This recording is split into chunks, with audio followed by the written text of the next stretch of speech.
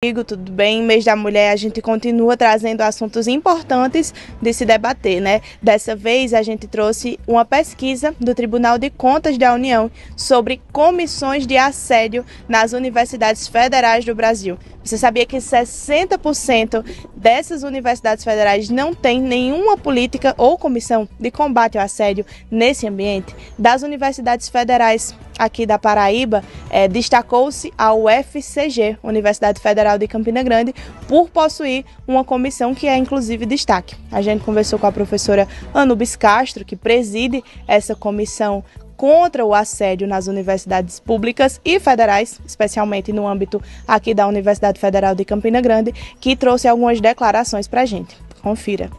Não é surpresa, né, que esses dados, né, poderiam surgir, mas, ao contrário disso, algumas instituições elas já vêm se mobilizando para desenvolver a implantação da política de assédio, que foi o caso da UFCG, né, que em 2020 surge, né, a necessidade da implantação. A necessidade, na realidade, ela já existia há algum tempo, mas se percebeu, né, que havia a necessidade de se colocar, né, frente a isso, para que as instituições elas tomassem, né, a iniciativa de implantar essa política, e algumas instituições elas acabaram que seguiram adiante. Foi o caso da UFCG, de 2020. Anubis também destacou a maneira que eles trabalham e como eles conduzem as adversidades pela falta de uma estrutura física. Veja.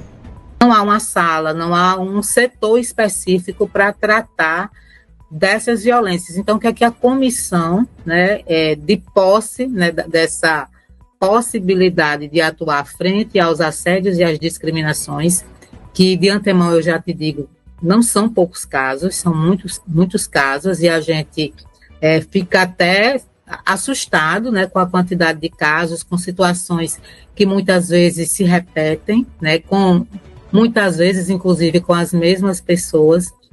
Então, o que é que a gente fez enquanto comissão? A gente passou a fazer atividades que se voltassem cursos de orientações, encaminhamentos em relação a e-mails, através do grupo de pesquisa Violência e Saúde, que eu lidero. A gente fez um casamento entre as atividades para que a gente conseguisse alcançar discentes, docentes, técnico-administrativos e outros colaboradores, no sentido de não temos um ambiente físico para acolher essas vítimas de assédio e discriminação, mas nós temos a possibilidade de trabalhar com essas pessoas. A professora também destacou que, além do incentivo do Tribunal de Contas da União a essas novas políticas e comissões contra o assédio nesses ambientes, o que mais é importante e o que mais precisa ser feito para que isso aconteça cada vez menos. Muito ainda precisa ser feito. Cada um com as suas iniciativas, a importância do trabalho coletivo, e é o que eu te disse no início, para que a gente consiga atuar ativamente, né, que consiga combater, prevenir esses atos de violência, porque são formas de violência que vêm acontecendo, e lamentável no contexto acadêmico, que esse tipo, né, de situação, de comportamento ainda exista. A gente precisa do engajamento de todos. E é isso, Rodrigo. A gente volta para o estúdio com um pensamento muito triste, né? Que apesar de ter passado tanto tempo e de já ser um assunto tão debatido, ainda é necessário que criem comissões cada vez mais. E é muito triste o dado de que 60% das universidades federais no Brasil ainda não tenham tomado medidas drásticas para diminuir cada vez mais os números de assédio, tanto no Brasil quanto dentro dos espaços da universidade. Eu volto com você no estúdio.